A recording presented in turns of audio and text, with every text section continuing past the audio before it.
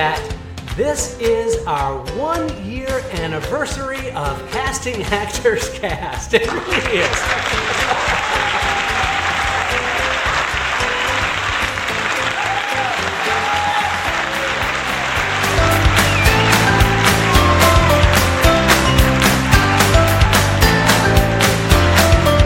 Welcome to Casting Actors Cast, insights for actors on acting in the business of show. Casting director Jeffrey Dreisbach takes you behind the scenes and reveals secrets to a successful acting career.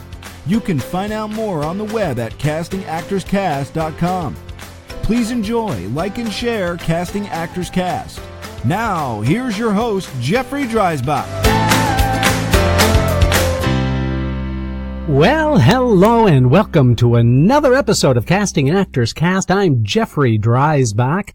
I'm a casting director with McCorkle Casting in New York, and it's really cool that you're here today, especially because this is a special day. This is our 1 year anniversary. That's right. It's our 1 year anniversary today. 1 year ago, I decided to put a podcast together just for the fun of it. And since that time, it has taken off, and I can't be more excited and grateful to have you there. So this should be, I hope, a fun episode because we're going to do a little bit of reminiscing, and we're going to also talk about the future prospects of this particular podcast. So stay tuned. And as you already know, if you're a regular listener of Casting Actors Cast, this is that moment of the podcast where I thank you so much for joining us. And I want to thank several people who have written to me. They've gone to castingactorscast.com and they've filled out the little area form that says jump into the talent pool, or they've left me a voice message, which is right next to that little form fill out thing. And you know what? It has been so cool. So I want to thank the following most recent folks who have sent me notifications that they're listening and that they are either following or they're catching up on past episodes, and all of the grateful responses I've been getting from all over the globe. I'm not kidding. It's been really, really cool. So Katrina, Fiona, Aisha, Kushal, Scott, Nicole, Connor, Mike, Simon, Sean, Bob, Hanley, Fariaz. I think that's how you say it, Fariaz. Sorry if I didn't get that right. So those are a few of the folks that have written to me most recently, and I just want to say I wouldn't be doing this if you weren't there. So thank you so very, very much. Happy anniversary to any of you who've been with me since the beginning, and I hope this is the beginning for a lot of new folks that are just joining us today. So thanks so much. So the idea for putting this podcast together a year ago really came out of the idea of me wanting to write yet another book. I wrote a book on voiceover work because I did a lot of voiceover work in my acting career before I transitioned into going into casting and behind the scenes stuff. And I also went to a broadcast training school. I really had a wonderful time there. And then through a bizarre series of circumstances, I became the director of the school. So I really had a lot of fun developing curriculum and teaching, and really fell in love with teaching. But anyway, a year ago, I thought, I'd love to write a book about the experiences I'm having here with casting. And maybe I should just start writing another book. So I literally sat down at chapter 1, page 1, and started writing out, what I wanted to do as far as an outline for a book for actors. I really wanted to talk about the creative process that actors had to go through, but also the hands-on, logistical, day-to-day stuff that actors need in order to survive and, in fact, in order to do really, really well. So that was the whole intention. And as I'm starting to write this, and my hands are getting tired because I'm writing this and I'm not a really good fast typist, I thought, okay, maybe I should think about something else to do with this. Now, I had slowly become a fan of podcasting through National Public Radio, NPR. And they would do podcasts like This American Life, for example. And I thought that show was really an excellent show. And I met Ira Glass at Emmy Awards about 5 or 6, 7 years ago, I guess, in Los Angeles. And that was really cool to meet him. And he won an Emmy that year for one of his shows. I also loved Radio Lab and became a huge fan and follower of that. So it just kind of escalated on the personal side. And then I'm thinking, oh, wait a minute. Maybe I should find out a little bit more about what it is to do a podcast. And so from that point on, I started doing research. I literally went on YouTube. I watched those videos on how to do a podcast. And I kind of figured it out that this was truly an amalgamation. Ooh, good word.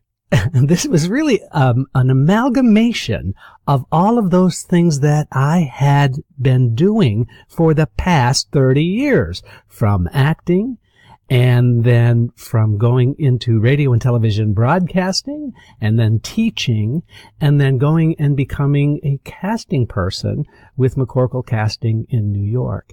And it just seemed that this was a perfect convergence of all of those areas in my life that I really, really enjoyed. So that's how I got to put this podcast together. I thought, gosh, it's so much better just to talk about the business as if I were talking to a class than it would be for me to write it all down and then have to, spell check.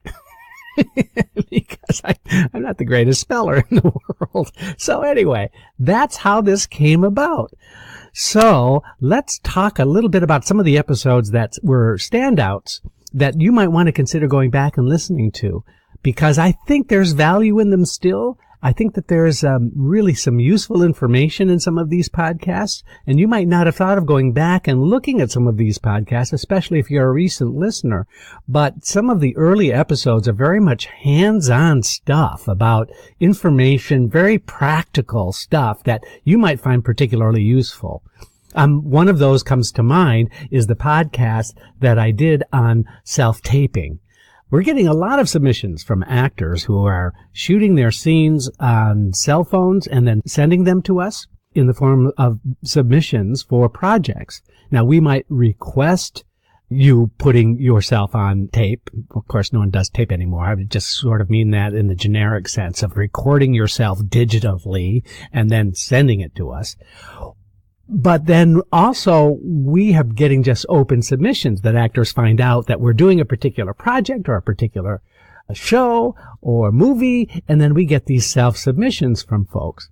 Well, that particular podcast is a favorite of mine because I am getting asked to teach this particular subject at every college and university that I've been asked to go and chat with. And I'm grateful to all of those folks. So I spend a lot of weekends and a lot of weeknights going out to schools and training places and universities to talk about this self-taping thing, because the difference between those who know how to do it well, I'm talking strictly technical now, and those who just are setting up their phone and shooting the scene or the sides and then sending it to us, make a substantial difference between whether or not you get a call back or a Skype call with the director or not.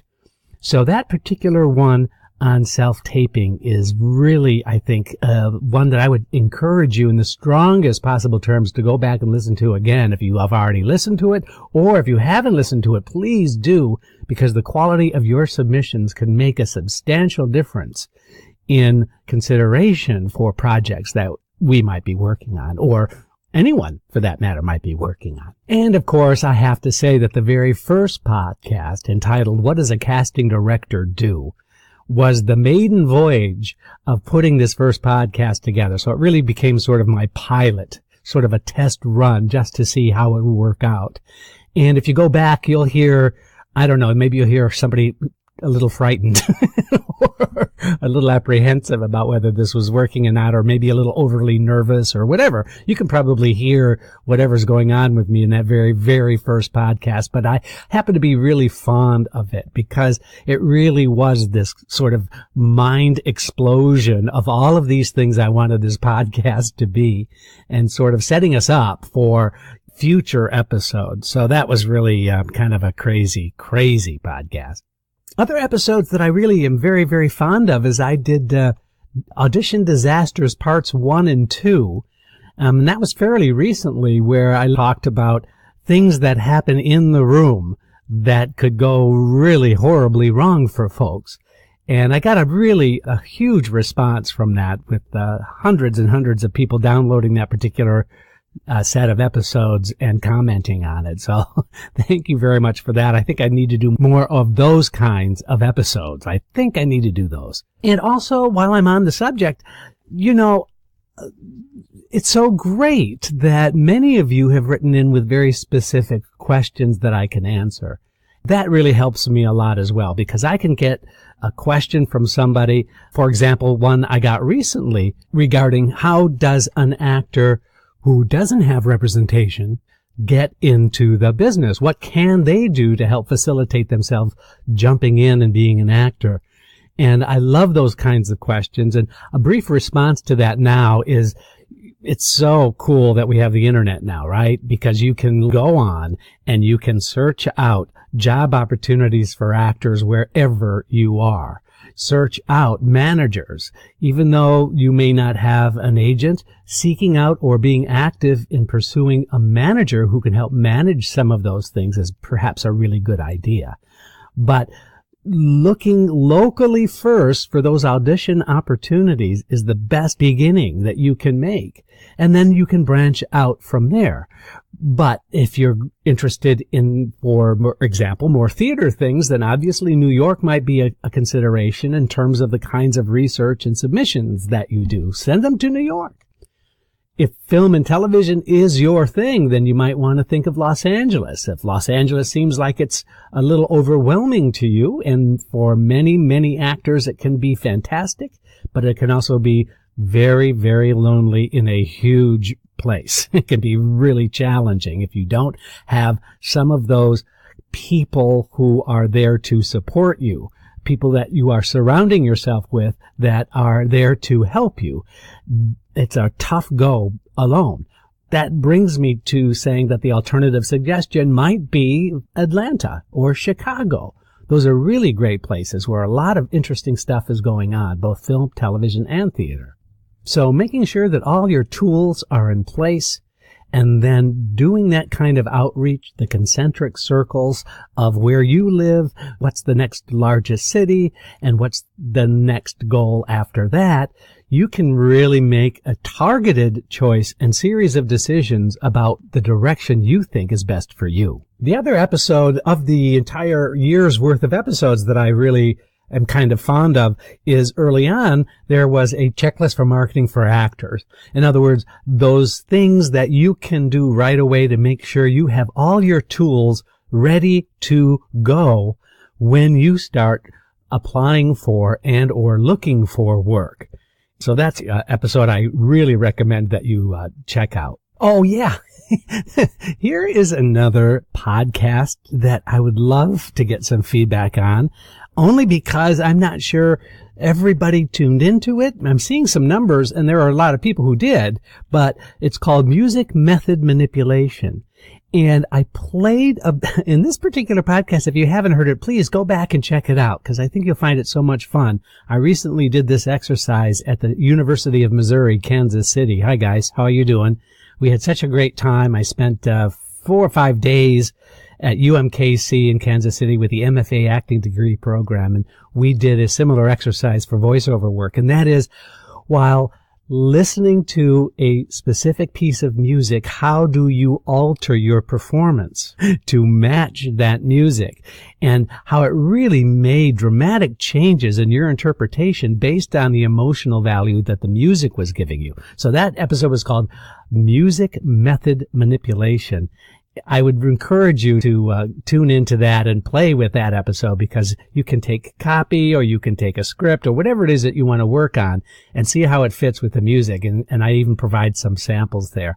So I think that was, for me, that was really so much fun and really opened up a lot of eyes to how to make some really clear choices for yourself in your acting work by letting music be the primary influencer of your work. Check that out, Music Method Manipulation.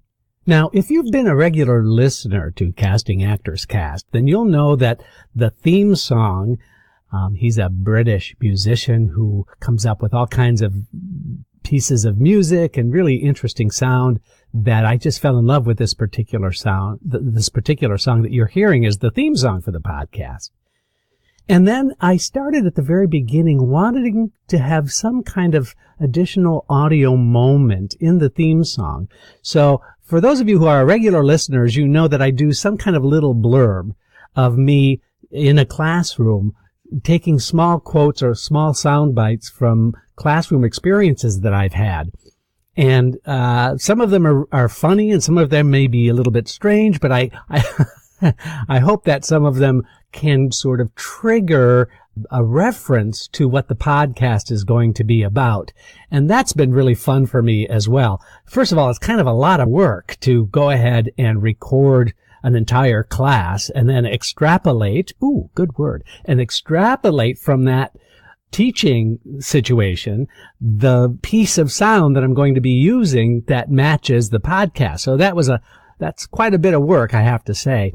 Then after about episode 7 or 8, after doing, now this is our 52nd podcast, representing one a week, about 7 or 8 weeks into it, it was like, oh my gosh, this is way too much work and way too time consuming. So I kind of decided to fake it a little bit. And I don't know if you've noticed, but some of those me in the classroom moments are not really me in the classroom moments.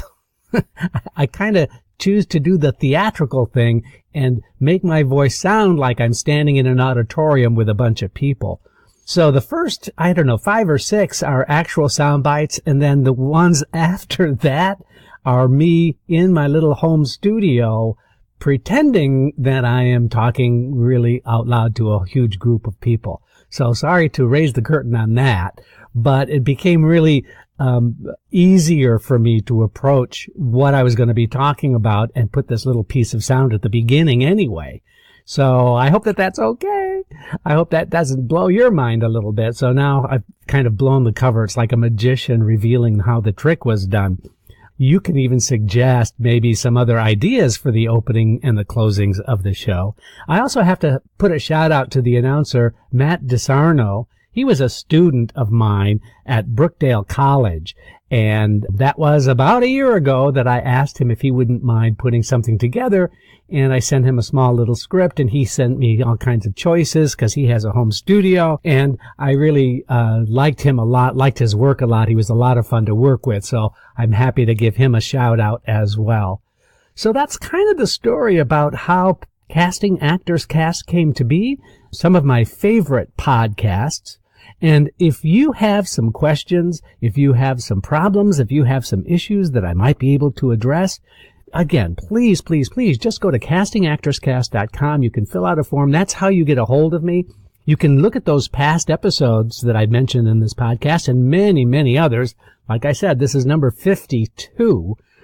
That would be really cool, I think, for you to go back and reminisce with me. But I also need your help. I need your help because I would love to continue doing these podcasts, and the only way I get excited and stimulated to do more of them is to A, answer your questions, B, letting me know that you're out there makes a huge difference in the work. It makes a huge difference and motivates me like unbelievably. So I love doing these. And I will continue to do them as long as there are folks like you that are out there. So I hope that this has kind of been fun, reminiscing just a little bit on the anniversary episode of Casting Actors Cast. If you want to get a hold of me, all you have to do is go to castingactorscast.com and then fill out the comments form right on that very first page. Doesn't take any work at all. By the way, any personal information that you leave on that form is just kept with me. That doesn't go anywhere. I don't do anything with it. It just helps me know that you're out there. Well, I hope that this has been fun. It's been so much fun for me to talk about this stuff. And I really mean it. Even those people around the world, Australia, Germany, Sweden, Great Britain, China, thank you so much. And I really, really appreciate you listening. Tune in to next week to Casting Actors Cast every Thursday at 1 o'clock. Wow. Time flies. Thank you so much. I'm Jeffrey Dreisbach, and this is Casting Actors Cast. You've been listening to Casting Actors Cast with host Jeffrey Dreisbach. Find out more at castingactorscast.com and let us know if you would like us to cover topics you're interested in. Thanks for listening. I'm Matthew DeSarno.